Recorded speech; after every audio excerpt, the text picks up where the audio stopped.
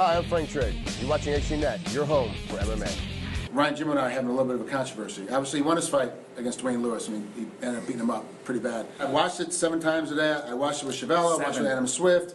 Just today. I watched it 7 times before that. He had better fights. And so it's actually something great to watch, too, because the way it ends up, and there's 2 great kings going after it. But I'm telling you, 100%, at the end of the fight, there was a headbutt. There is no headbutt. Headbutt. No headbutt. Headbutt. Had no headbutt. Size and strength. He's got the upper hand in everything pretty much because, one, he's been battling a lot tougher competition over the last couple of years than Cummings has. He spent most of his time at 205, not at 185 like Cummings has. And the other thing, too, is that he's a guy that has developed every single time. He's won, a 14-fight win streak right now? 14-fight win streak. Man, he's tough, he's strong, and usually when he's fighting at 185, he's in great shape. Up here at 205, though, I think it's going to be a little bit overmatched his strength capability, but he's got great wrestling takedown offense. He's got to use it to his ability, but Jimmo's defense is so good, it might wear him out. He's got to be ready for a long, drawn-out, 5-round war. As always, we're using the unified MMA rules here in MFC. The scoring is a 10-9 must-point system after every round. The first 4 fights are 3 5-minute rounds, and the last 2 fights, both are title fights, are 5 5-minute rounds. Okay, wow, he's got full back position, got a half a body triangle laid in. Spang's in a lot of trouble right here. He's got to get himself out. Wow, what a great way to start this night off. Great position.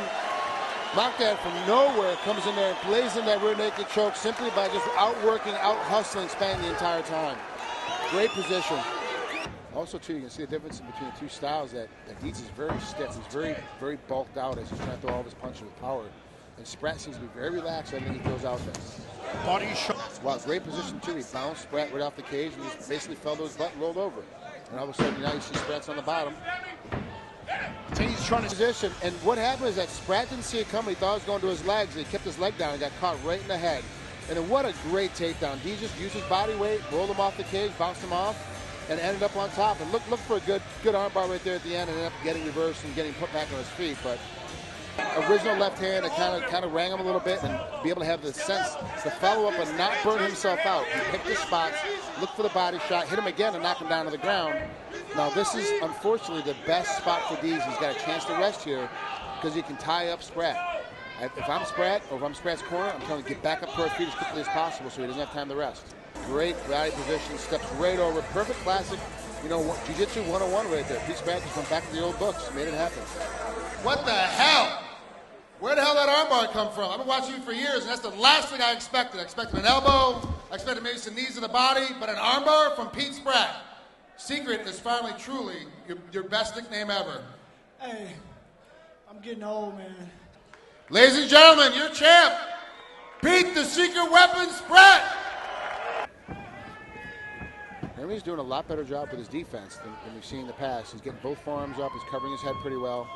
Still flat-footed, still doesn't have much movement.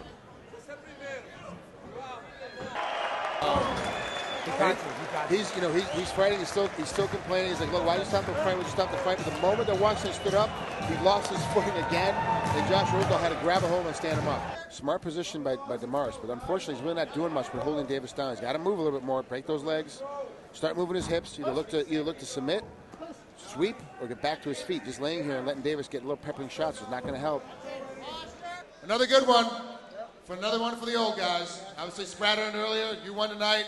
Tough, a lot tougher than I thought, a lot tougher than on paper, let's give it up for DeMars, man. What a great kid. Give it up for him. Hell of a performance, man. Hell of a performance. Now, you got cut there early in the round, and we know in the past you've had problems getting cut earlier, Well, you know what I have. Yeah, this will be number 99 that I've gone to the hospital and had sutures. That's the ones that I've gone to the hospital for, not the ones we do at the gym. That's how many. I had $35,000 on my credit bureau for stitches alone. Were you panicked at all when he came up with that elbow and cut you when you're on top of him? Did it worry you a little bit? I always am, because I don't know how bad it is. I don't know what's going on with those cuts. I'm like Frankenstein, man. I get cut so easy.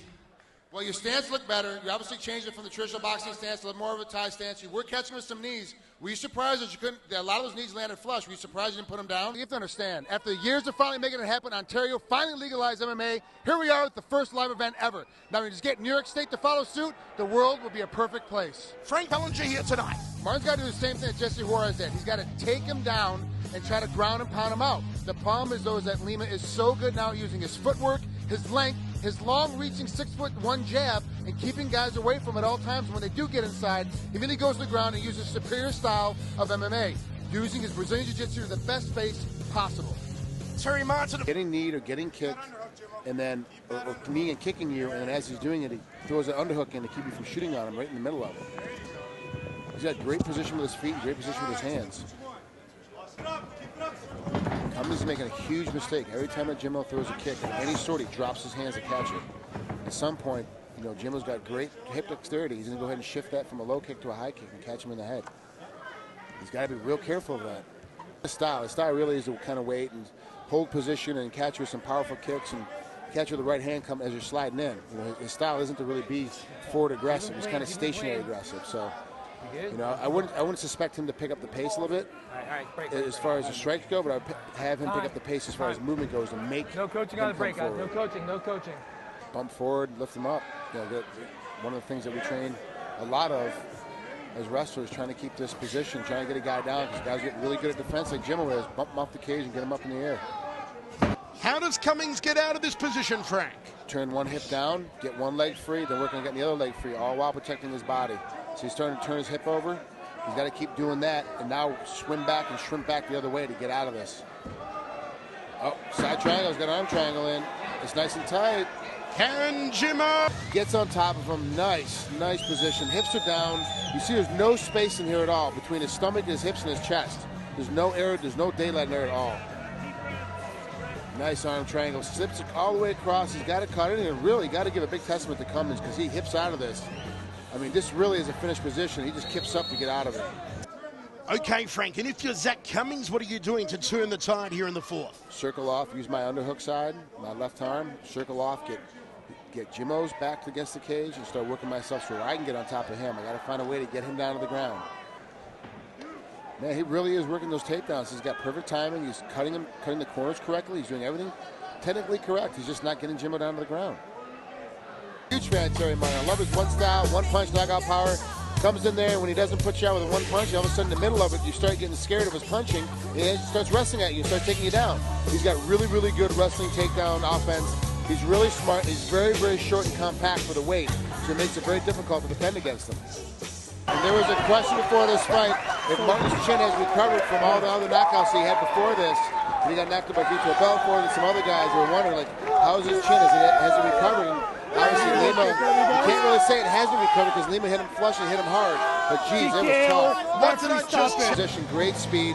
Everything comes out quick, and you see him. It wasn't even really a straight right like I originally thought. It was a hooking right that he threw out there. It was almost a 6. Wasn't really a 2.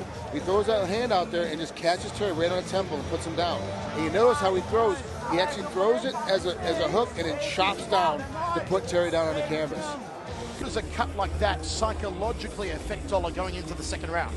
Depends what kind of man he is. Some guys are like, oh, I'm cut, I'm worried, I don't know what's going to happen, I got to be careful. Everything I do, I might get cut worse. Or if it's a fire into their butt, they go crazy, they start stepping forward and become really more aggressive. That's what you want to do. That's what I want to see happen. You see this big elbow coming in here from Prater, and Dollar really does a good job of hiding it, tucking it underneath, getting that arm overwrapped, not allowing to get a bunch more elbows, and throws a couple from the bottom himself.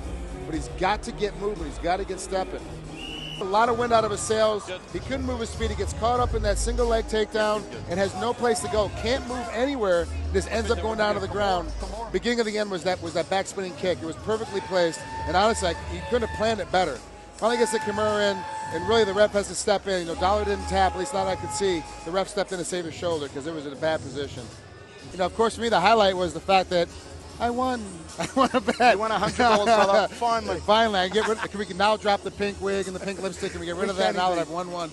There, you know, honestly, I'm very impressed with Legacy Fighting, and Mick obviously does such a great job of putting it together, getting the fights together with every other promotion. There's always something that happens in the middle of it. You drop a couple fighters, drop off, a couple guys get hurt. He picked up everything, he covered everything. It was great. We had a great time tonight. The undercard, the stuff that you guys didn't see, were just as good as the main card fights you guys did see. He's got the foot on the wrong side of the body. It's going to be real difficult to finish here. He's got the foot on the wrong side. He needs to get it to the side. Trying to step through, doesn't really have it, kind of gets in, finally gets the back set up, and yet it finally gets in there, and you see him, he's got his shins all the way flat on the canvas. He's hipping in. He's following around the behind the hands, in front of the hands, finding the holes where the guy's unprotected to get him to lift his head up. Finally, Gomez lifts his head up and throws in that rear naked choke. And what a great, you took a second to find your pace, find your rhythm. That elbow came in and cut you wide open. It seemed to really bother you as you got further in the first round. Was it a concern, or was that the first time you got cut, or was it one of those, I couldn't believe I got hit with this thing? See, you did a pretty good job. Did you know that you might get the rear naked choke when you went for the arm, you missed it, you got the back, and you fought your way through? I'm very impressed with the way you dug around the hands. He had his head blocked, he had his body blocked, but you found the little holes in there to keep banging him out. Were you looking for the ground and pound finish, or were you looking for the ultimately get that rear naked choke the entire time? Ladies and gentlemen, your featherweight champ and purple belt in Brazilian Jiu-Jitsu, Daniel Pineda. Michael, back to you.